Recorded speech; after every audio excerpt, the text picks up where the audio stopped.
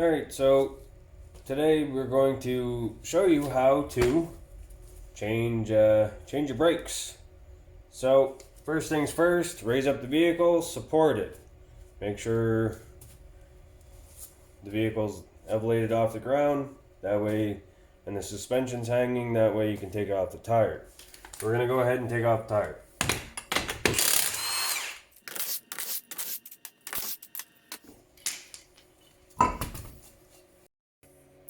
Alright, now that we have the tire off, you want to make sure your steering wheel is in the unlock position. So your key would have to be one notch forward. That way we can turn the rotor and the caliper on the spindle. That way we can gain more access here without needing to reach in behind. So there's these two. This here is a Mazda 3. Some are just bolts with pins, and then there's other bolts down here for the bracket. These ones here just have a pin that comes through, locks in, it slides here. Many different brake systems are slightly different for bolt up, but all in all they're pretty much the same for caliper rotor setup. So on this one here we're going to need an Allen key. Alright, so we're going to need a small extension. It's about, 3 inches. We need an Allen key. This one here is in a socket. You can use just a handheld or a T handle. Shouldn't be overly that tight. And then we're going to need a ratchet. So put the 3 together like that.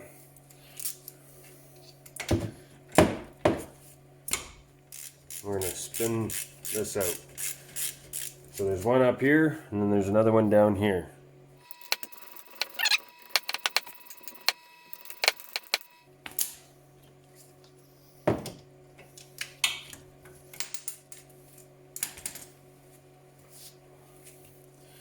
So these here are called your slider pins. That's what allows your caliper to slide back and forth. We're going to take those out. We're going to go set them on the bench where we don't lose them.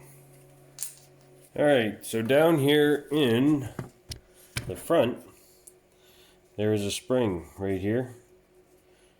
Might be a little hard to see, maybe in the video. Anyways, we're going to take that out. So what I normally do is I take a pair of needle nose vice grips, or you can take a different pair of pliers and stuff. But I give it a little bit of a wiggle because it'll loosen it up in here. And then it'll slide out. And then kind of wiggle it back and forth so the other one slides out. Now it's also good practice to clean up these little holes where these slide into. So you can use like a little drill bit or something that goes in the hole or whatever, but we'll show you that there after a bit. So we're going to take a pry bar and we're going to take it in here and we're going to try and get right there on the rotor, and then we're going to push. And what this is doing by prying the caliper over or pushing the piston back that's inside there. So see right in there.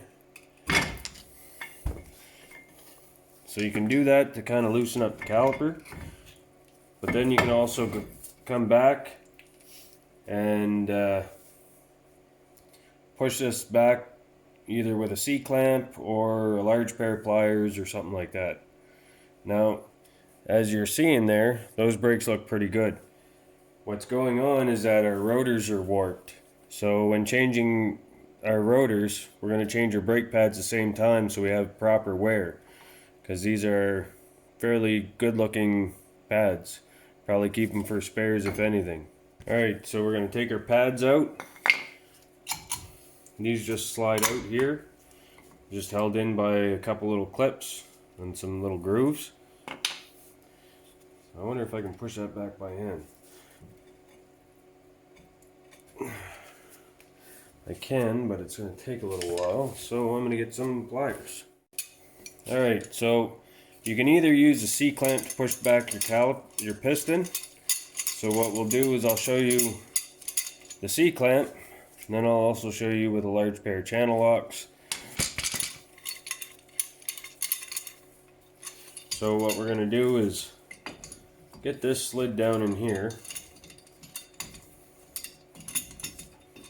And then we're going to twist it all the way in. We're going to push at the back side of the piston in here. And then it's going to go in. As you can see right there, it's going in. So once it comes down, it hits seats at the bottom. That's as far as it's going to go in. You don't have to overly force it because you might break it.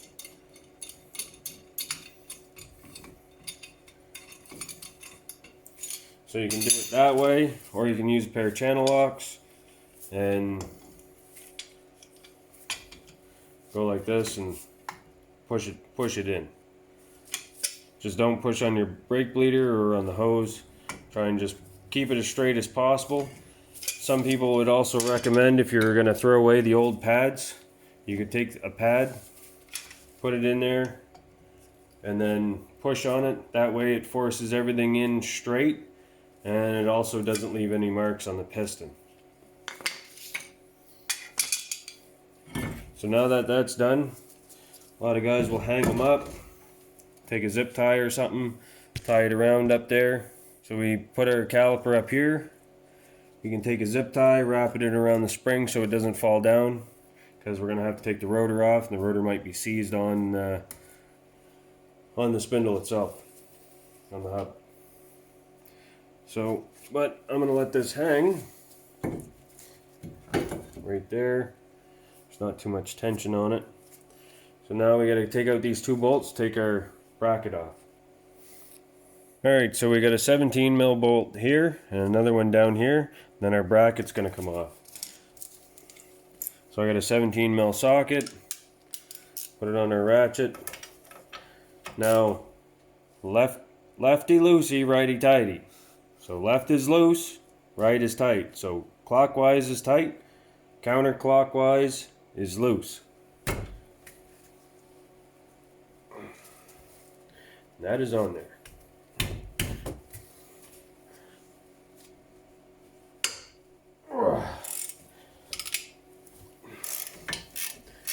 On there pretty good.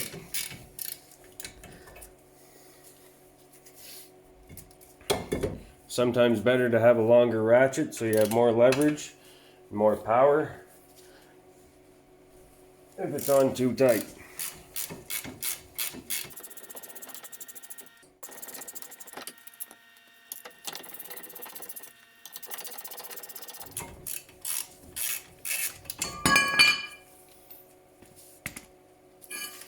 Now we have our bracket out. See if our rotor, oh yeah. Sometimes like your rotor will be stuck onto the hub or onto the spindle. Sometimes you'll have to hit this with a hammer and jolt the rust free, so then the rotor comes off. In this scenario we didn't have to. Everything was all nice and slack already. So it's always a good idea to clean up the rust and some of the corrosion that's on here. Now if you don't have the access to, say, like power tools like a die grinder or something that's going to clean up around here power wise or air wise, you can always relate back to steel, like a wire brush. Now you might not be able to get in too far with the big one, or you might take a little bit more time. So you can also get a smaller one and get a little bit further down in, and you can clean up some of the stuff that's there. So we're going to go ahead and get this cleaned up.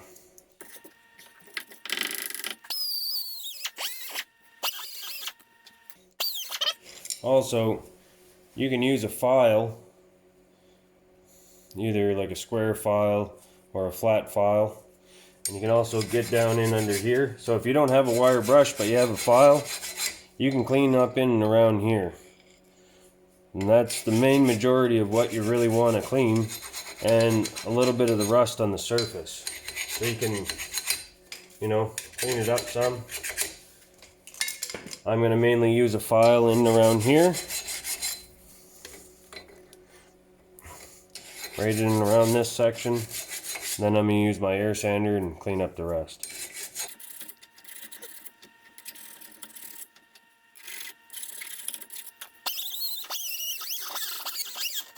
Now, if you don't, it's always good to use some anti-seize or never seize, or if you have a bit of brake lube, put a little bit of brake lube or anti-seize on here, just so the rotor always comes free. You don't need a whole lot, you just need enough to keep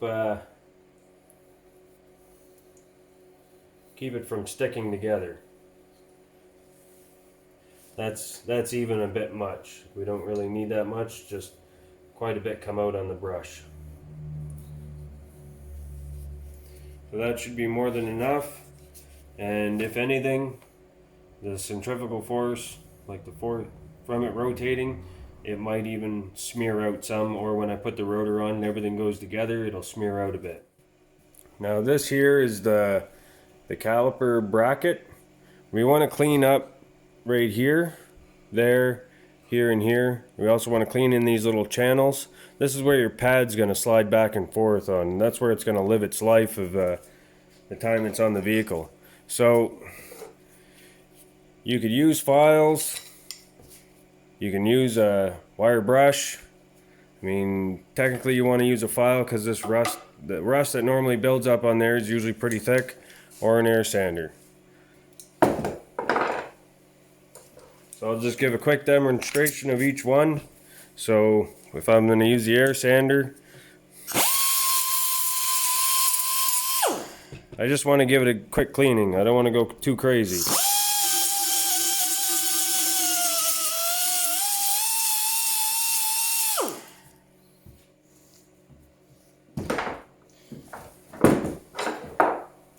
So then we'll show how the file works. Well, we'll use a flat file.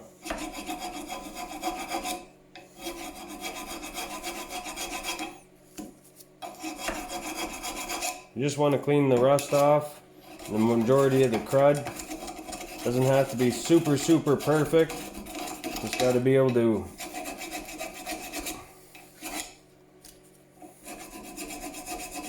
be fairly clean and smooth.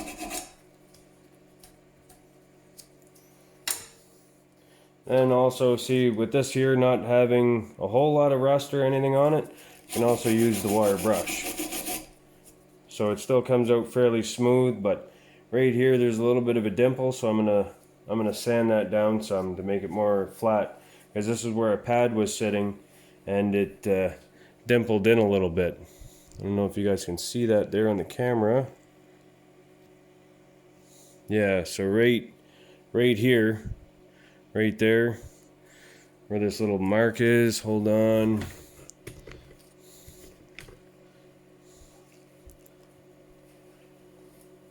Yeah, okay, so right here, you got a little dimple.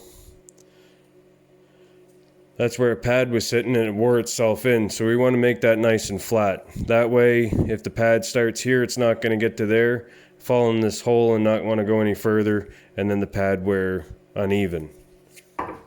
So we can even use our file for this.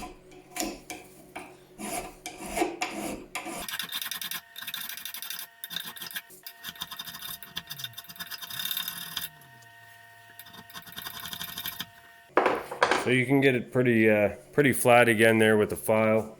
That, or you could use an air sander. It's up to you.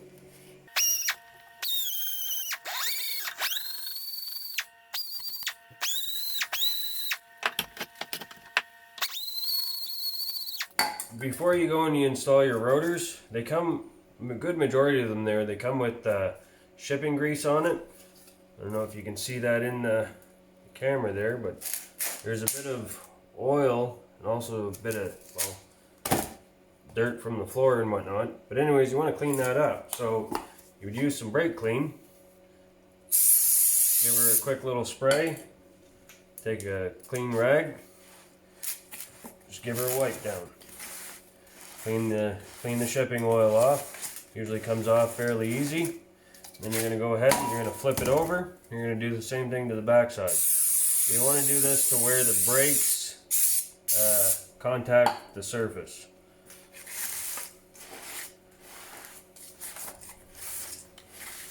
Okay, so we're going to take our rotor and we're going to put it back onto the vehicle. Now, we want to try and keep the rotor here nice and straight so we can still work with the bracket and the rotor's not flopping around with the bracket. We can either take a larger nut or like something there, that spacer or something, and then we can take our nut, turn it on so the nut doesn't bottom all the way out. Then we can have the rotor so it doesn't move. Okay, so those slider pins that go up here in here, now you want to make sure these are able to slide back and forth nice and free. So these ones are pretty good. If you go and, like, say if this is all rusty or whatever, take a piece of sandpaper, clean them up. If you have the option of a bench grinder or with a wire wheel on it, you can take this, put it on the wire wheel, clean it up so it's nice and shiny again and brown looking. But before you put everything all back together, you want to put a little bit of brake lube on them. And now, once you get the brake lube on, you don't need to go overkill on this. You just got to put a little bit so everything slides back and forth. So once you get this back together, you want to make sure it slides back and forth like that. And if it's real hard to like push through, like you're having a really hard time, you can take these rubbers out.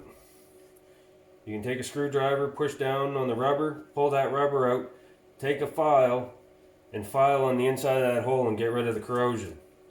Because the corrosion is causing too much, the rubber channel to be too tight, causing your pin not to be being able to slide. So those pins were nice, fairly nice and clean. You can take a little bit of brake clean, put it on it, so they come out nice and clean. And then we're going to take some new brake lube. Ooh, that's a lot. Let's just give it to her. Just kidding. Take some of that off.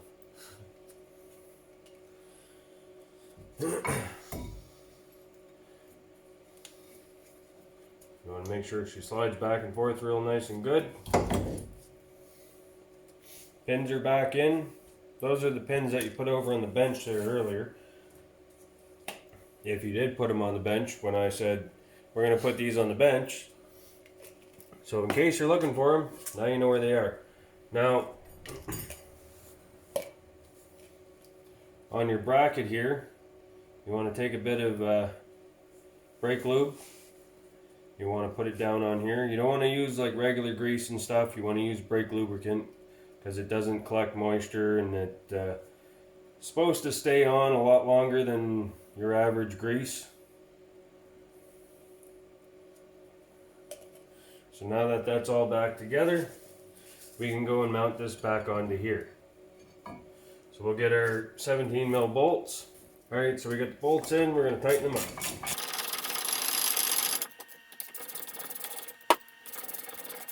So if you're unsure of the torque spec, make sure you torque them correctly. We're going to put them tight.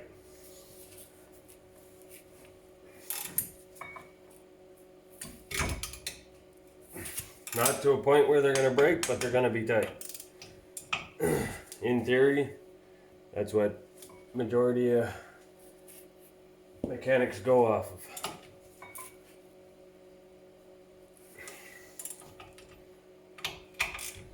But if you're doing this at home, I'm not held responsible for how tight you put them. Make sure you look up the torque spec and torque accordingly.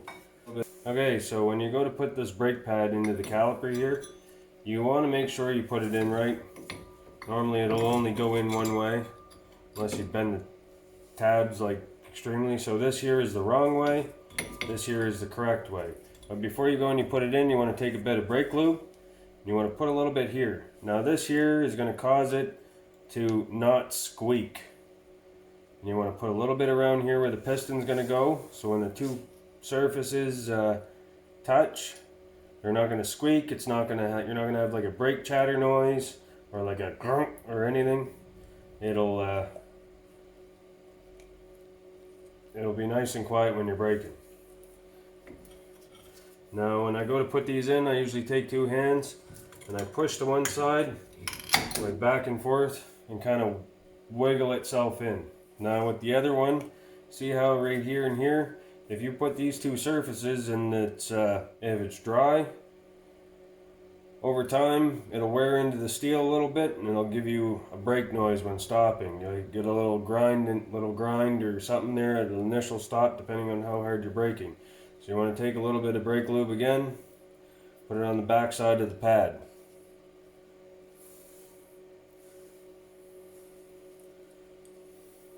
So when everything goes together, it's like that. So we're going to take this off. We're going to put it down in here. Take our caliper, we're going to spin it around. Now you want your pins to be back a little bit right there. Slide everything into place. And then we're going to go ahead and tighten up our pins. So we're going to grab our 7mm and our ratchet.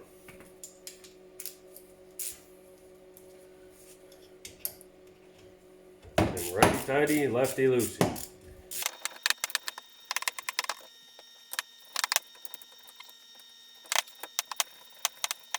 Now these ones here, they don't have to be overly tight. You just want them tight. Because if you're using a 7mm Allen key, like a little Allen wrench, little handheld one, as long as you can get that semi-tight, like pretty tight by hand, that should be more or less all you need. You just don't want them to come back out. Then we're going to take our dust caps again. We're going to put one back on the top and the other one down on the bottom here, where those pins went in. I guess I didn't show you how to clean those holes out. So we're going to go ahead and do that now. Okay, so you want to find just a small drill bit that's going to fit in the hole. Now, we don't want to drill the hole bigger, we just want to clean it. So we're going to get our drill bit set up here.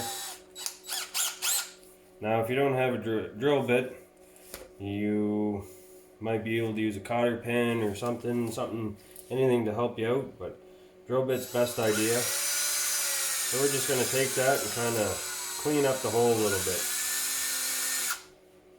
Same thing on the other side. They're pretty clean on these ones. So where this clip here is going to be resting, we want to take a little bit of brake lube. We just want to put it there. We want to put it on here where the pins are, the holes are going to go, the clip's going to go through the holes. A little bit down here. And we could put some on the mating surface there, just in case there wasn't enough on the actual wire clip. So I'll slide that one in.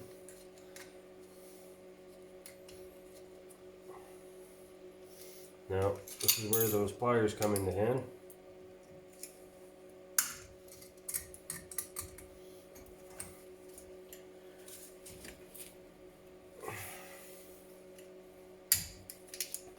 You want to make sure those are in all the way. Now, if you went and you touched this rotor a whole bunch and made a whole bunch of mess on it, you know, you want to clean that up there before you throw everything the tire back on.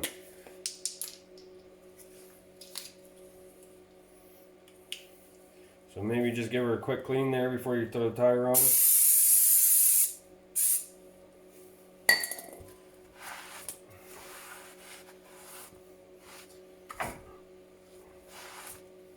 And before you can even put the tire on, you want to take your nut back off.